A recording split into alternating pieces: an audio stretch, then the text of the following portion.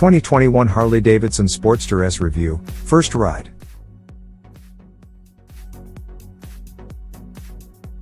But before we start, please support us by pressing the like and subscribe buttons, so that we can continue to provide information about car and motorcycle news. Also turn on the bell button to get the latest updates. Your support means a lot to us. Thank you. I learned about a new to me thing this week in a fun Facebook discussion: oppositional defiance disorder.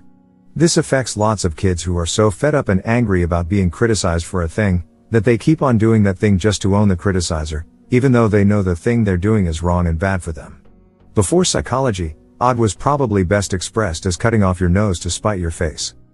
I'm pretty sure odd is why Harley made the decision to give only the third all-new Sportster since 1957 2 inches of rear suspension travel.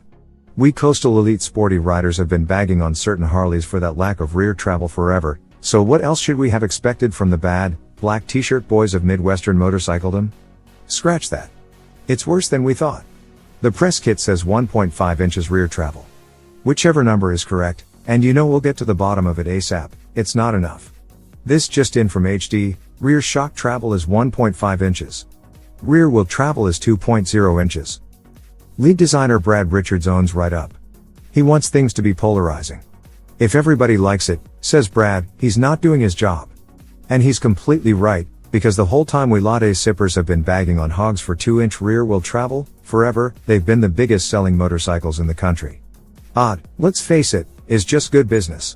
2 inches is how we do it in America. And if we have to explain to you why having your lumbar discs reshuffled over every good-sized bump in the road isn't the greatest moto experience ever, you wouldn't understand. At least it's a really nice 2 inches of travel, controlled by a single linkage-mounted Showa shock that's damping adjustable in both directions, and with a remote preload adjuster you can reach back and twist with your left hand. It's swell over smooth bumps and nice pavement. When we set out in the morning from the Hotel Figueroa in downtown LA all fresh and eager, it all felt good. Rugged. Tough. Our forebears rode hardtails across the prairie. But by the end of a hot day tearing around bumpy canyons, surface streets, and freeways, my old coccyx was no longer so chipper, and neither were the tailbones of the youngsters. It's not all the suspension's fault. The fault does not all lie with the lack of suspension travel. Sharp bumps, big bumps, and serial bumps are all free to have their way with your lower back because your legs aren't there to defend it by helping to absorb shocks. Oh no. They're deployed way out west on the forward control frontier, where they have nothing to do, really, but display your expensive footwear, trade beads with the natives, and shift gears. All is forgiven. Luckily, none of that matters. Perhaps subconsciously, Harley knows it has the oppositional defiance disorder, knows it's been bad, and extends the olive branch to make it all right in the form of the mid-control kit, at a fairly grudging $659.95. This complete mid-control conversion kit puts the Sportster S motorcycle rider in a more aggressive foot position for enhanced comfort and cornering confidence. It also reduces the reach to foot controls, an ergonomic advantage for riders of shorter stature. Shorter stature in Milwaukee must encompass guys up to 6'2", because the tallest guy on our ride much preferred the mid-controls also, along with just about everybody else except our HD reps, who insist the mid-mount foot pegs feel cramped to them. Odd, isn't it? In a perfect world of smooth pavement, they'd have a wobbly leg to stand on. In our bumpy one, the mid-controls not only let you use your legs to help the suspension, they also increase the sportiness of the motorcycle by about a factor of 2.3, allowing you to move around on it more freely and weight the pegs as needed.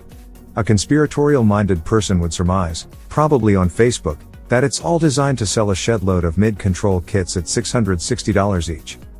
2 of our test fleet of about 10 or 12 new Sportsters had the mid-controls, and I didn't have to ride one of them far at all to see the light. They even let you stand up from the thinnish seat to air your undercarriage out as needed, a thing nearly impossible with the forward pegs. Putting the sport back into Sportster. They really did. For one thing, it scoots. Guys who'd also ridden the Pan America said they didn't really notice the only 121 peak horsepower of the Sportster compared to the claimed 150 of the PA. That's because there's so much power packed in the lower part of the rev range you never get to 9,000 revolutions per minute on the street.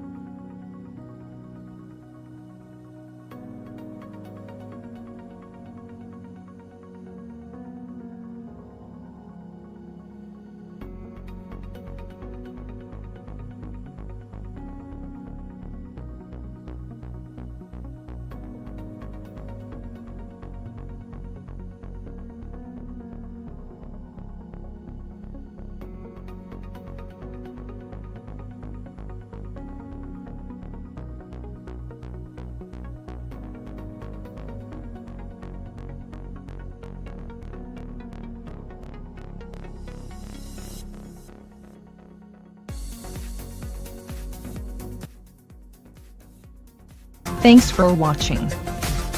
Drop a like, leave a comment, And don't forget to subscribe to watch more videos like this.